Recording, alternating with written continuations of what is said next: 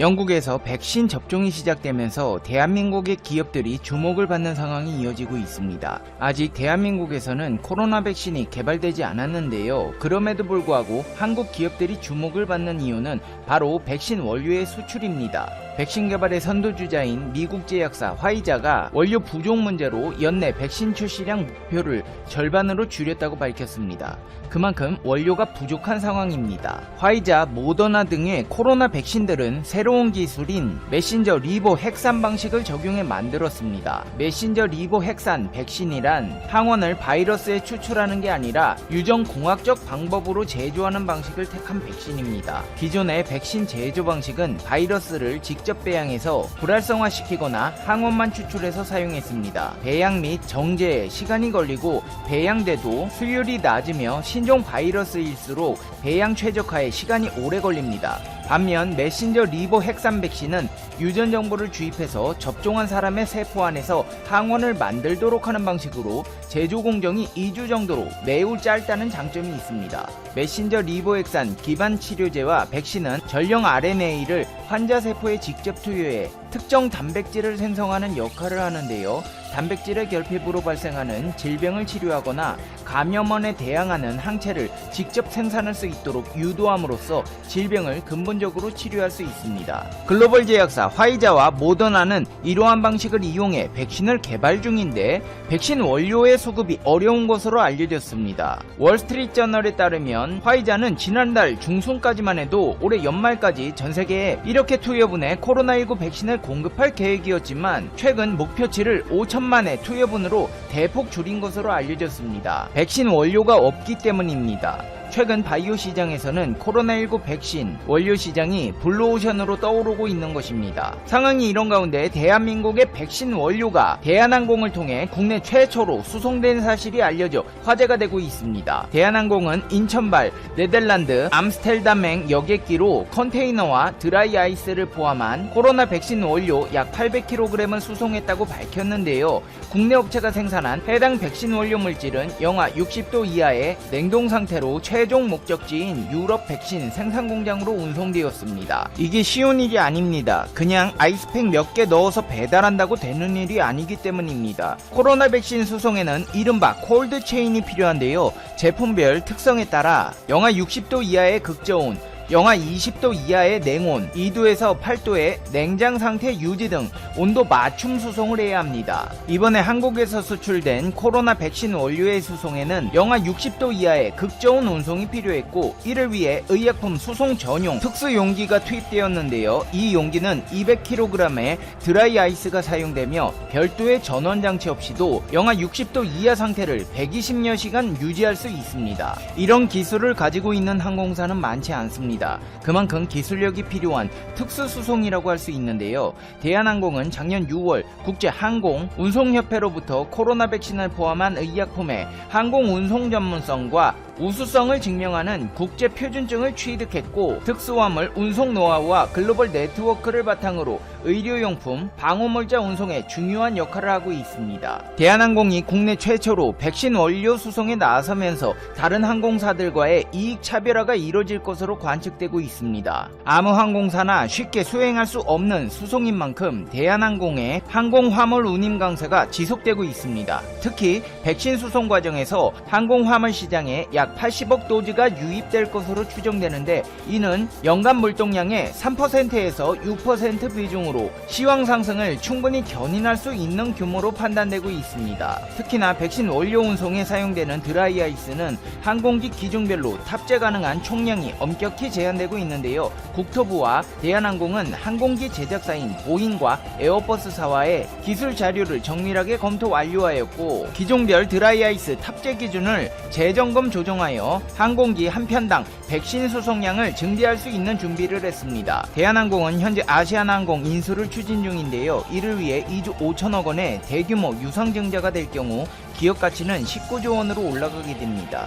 매출 규모가 비슷한 일본 ANA의 현재 기업 가치와 유사한 수준이지만 일본 항공사의 경우 대규모 적자를 기록하고 있습니다. 따라서 흑자로 돌아선 대한항공은 앞으로도 전세계 항공사 중에서도 차별화된 경쟁력으로 수익을 실현해 나갈 것으로 보입니다. 이뿐만이 아닙니다. 대한항공이 수송한 물품이 코로나 백신 원료라고 말씀드렸는데요. 백신의 원료가 부족한 상황에서 우리나라는 원료 강국으로 거듭나고 있는 상황입니다. 국내 원료의약품 기업인 ST팜은 현재 글로벌 경쟁력 3위의 올리고 핵산 치료제 업체입니다. ST팜은 원료 수급에 그치지 않고 그동안 ST팜이 쌓은 글로벌 최고 수준의 올리고 핵산 치료제 사업에 풍부한 경험을 바탕으로 사업 확장을 추진할 방침이라고 밝혔습니다. 녹십자에서도 국제 민간기구인 감염병 혁신연합으로부터 다국적 제약사에서 개발하는 코로나19 백신을 생산하기로 백신 위탁 생산 계약을 수주했습니다. SK바이오사이언스 또한 노바백스의 코로나19 백신 호보물질을 위탁 생산하는 데 계약을 체결했고 이미 지난 7월 아스트라제네카와 백신 호보물질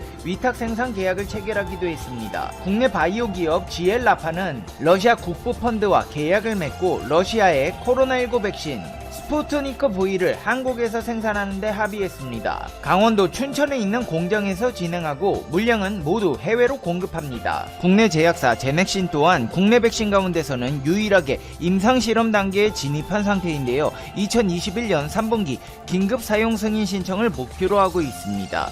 이처럼 대한민국에서 코로나 백신의 원료가 수출되고 연구 개발이 진행되고 있는 상황에서 세계 최초로 코로나19 백신 접종을 시작한 영국에서 화이자의 부작용 사례가 나오면서 전세계가 촉각을 곤두세우고 있습니다. 로이터 통신 등 주요 외신에 따르면 영국 의약품 건강관리 제품규제청은 약품이나 음식에 중증 알레르기 반응을 보인 전력이 있는 사람은 화이자 바이오엔테크 백신의 접종을 금지한다고 발표했습니다.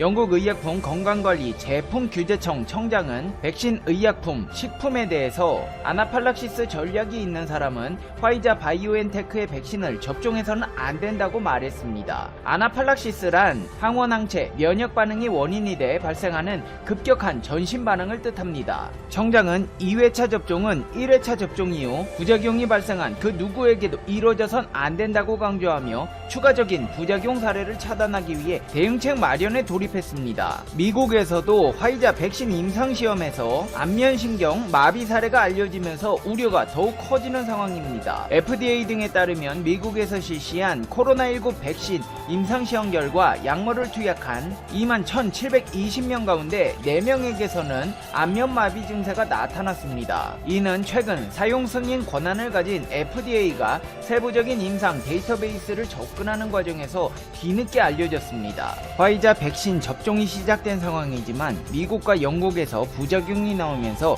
백신에 대한 우려는 여전한 상황입니다. 이런 상황에서 빌 게이츠는 SK바이오사이언스 개발 코로나19 백신에 또 지원을 했습니다. 아직도 백신 전쟁은 끝나지 않았고 빌 게이츠는 한국이 마침표를 찍을 것으로 예상하고 있는 것인데요. SK바이오사이언스는 자사가 개발 중인 두 번째 코로나19 백신 후보물질 GBP510이 빌 멀린다 게이츠 재단으로부터 보조금 지원 대상으로 선정돼 연구개발비 약 108억 원을 받는다고 밝혔습니다. 앞서 빌 게이츠는 지난 5월 SK바이오사이언스에 이미 44억 원을 지원한 바 있습니다. 이후 빌 게이츠는 문재인 대통령에게 보낸 서한에서도 SK바이오사이언스가 백신 개발에 성공하면 내년 6월부터 연간 2억 개의 백신을 생산할 수 있을 것이라고도 했습니다. 빌 게이츠는 한국에 투자를 하는 반면 일본에 대해서는 암울한 전망을 내놨는데요. 유라시아 재단과 요미우리 신문이 공동 주최한 G0 서밋에서 아시아와 아프리카 등 개발도상국의 신종 코로나 바이러스 감염증 백신의 보급이 늦어지면 일본 경제가 5년간 약 1조 4천억엔 15조 원의 손실을 입을 것이라는 조사 결과를 내놨습니다. 빌 멀린다 게이츠 재단에 따르면 코로나 백신의 보급이 늦어져 개도국의 감염 상황이 수습되지 않으면 일본을 방문하는 관광객과 유학생, 일본 제조업의 수출이 감소한다. 일본은 국내 제조부문 노동력의 상당 부분을 베트남 등 동남아 인력에 의존하고 있기도 하다. 코로나 백신을 여러 나라가 공동으로 구입하는 프로젝트인 코박스 퍼실리티에서 일본이 주도적인 역할을 맡아야 한다고 강조했습니다. 이제 페페TV의 결론입니다. Conclusion. 페페TV. 화이자 백신의 부작용이 나타나면서 대한민국의 역할이 더 막중해지고 있습니다. 백신 개발이 달리기처럼 빨리 한다고 좋은 게 아니라 좀 더 안전하게 만드는 것이 중요한데요. 대한민국이 그런 백신을 만들어줄 것이라고 믿어 의심치 않습니다. 대한민국 화이팅! 페페TV 시청자 여러분은 어떻게 생각하세요? 페페TV는 여러분의 생각이 군함도는 일본 나가사키현 나가사키항 근처에 위치한 섬으로 1940년대 조선인 강제징용이 대규모로 이루어진 곳입니다. 현재 군함도는 유네스코 세계문화유산에 등재되어 있습니다.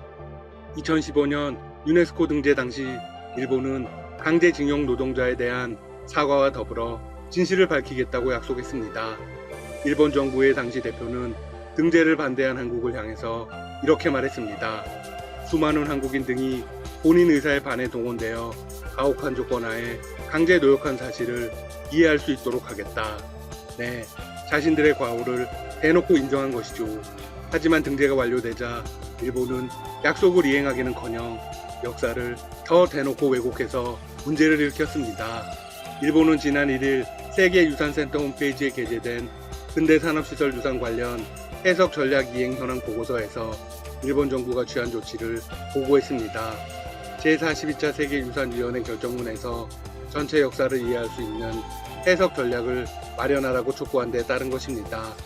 보고서를 보면 일본은 한반도 등 노동자 관련 정보 수집에 관한 부분에서 이렇게 주장하고 있습니다. 산업유산정보센터에 일본 노동자와 한반도 등에서 온 노동자들이 똑같이 가혹한 환경에 놓여 있었다는 사실을 이해할 수 있는 자료가 전시 중이다.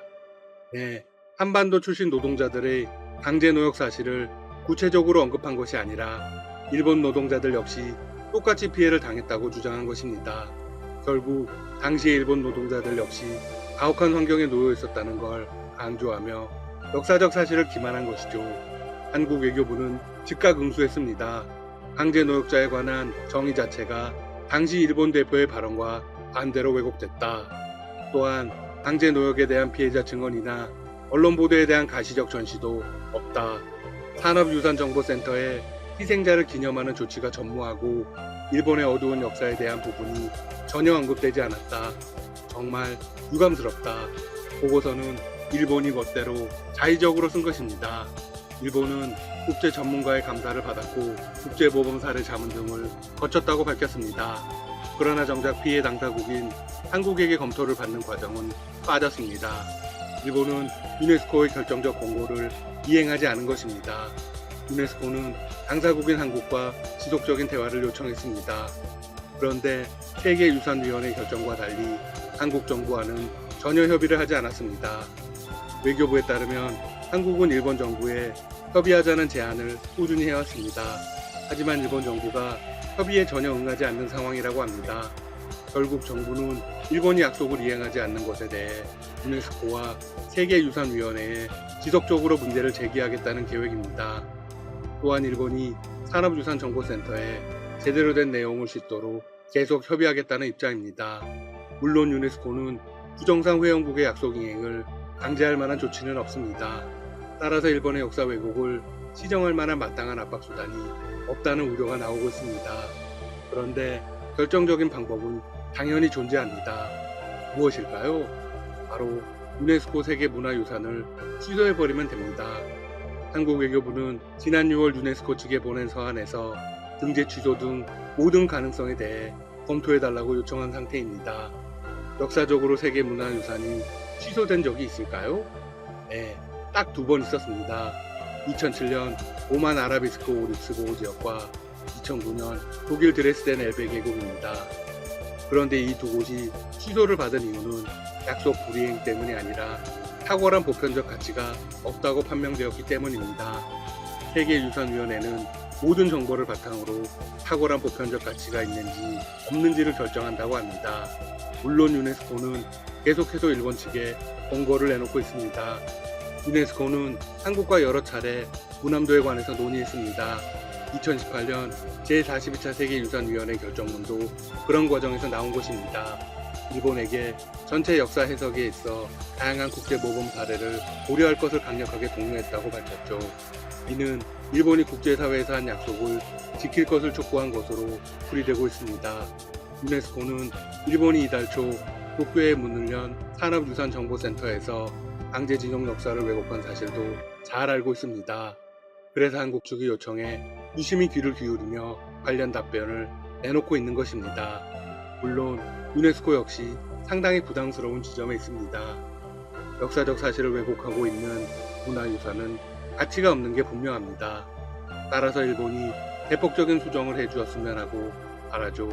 하지만 또 취소하자니 부담스럽습니다. 취소는 자신들의 판단이 잘못되었다는 걸 인정하는 셈이기 때문입니다.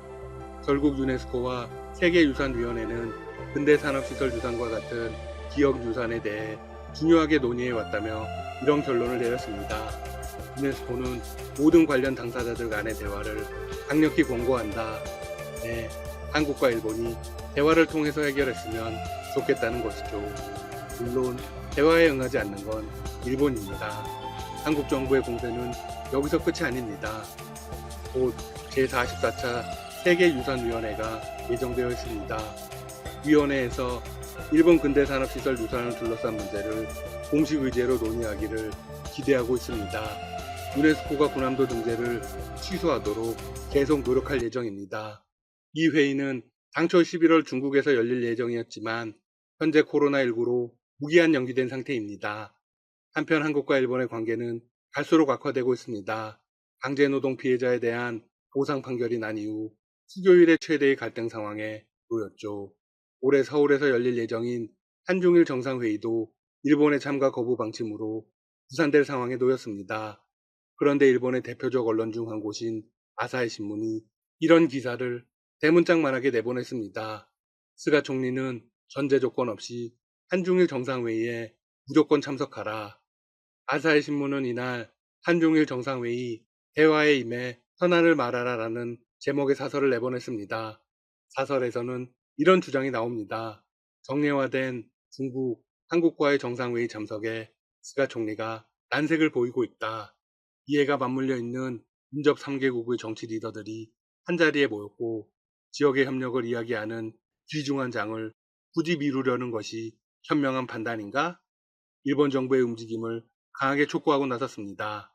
현재 일본 정부는 한일 갈등 현안인 강제징용 배상 판결에 대해 한국이 구체적인 해결책을 제시하지 않으면 스가 총리의 방안은 불가능하다는 입장을 고수하고 있습니다. 이에 대해 아사히 신문은 이렇게 지적했습니다.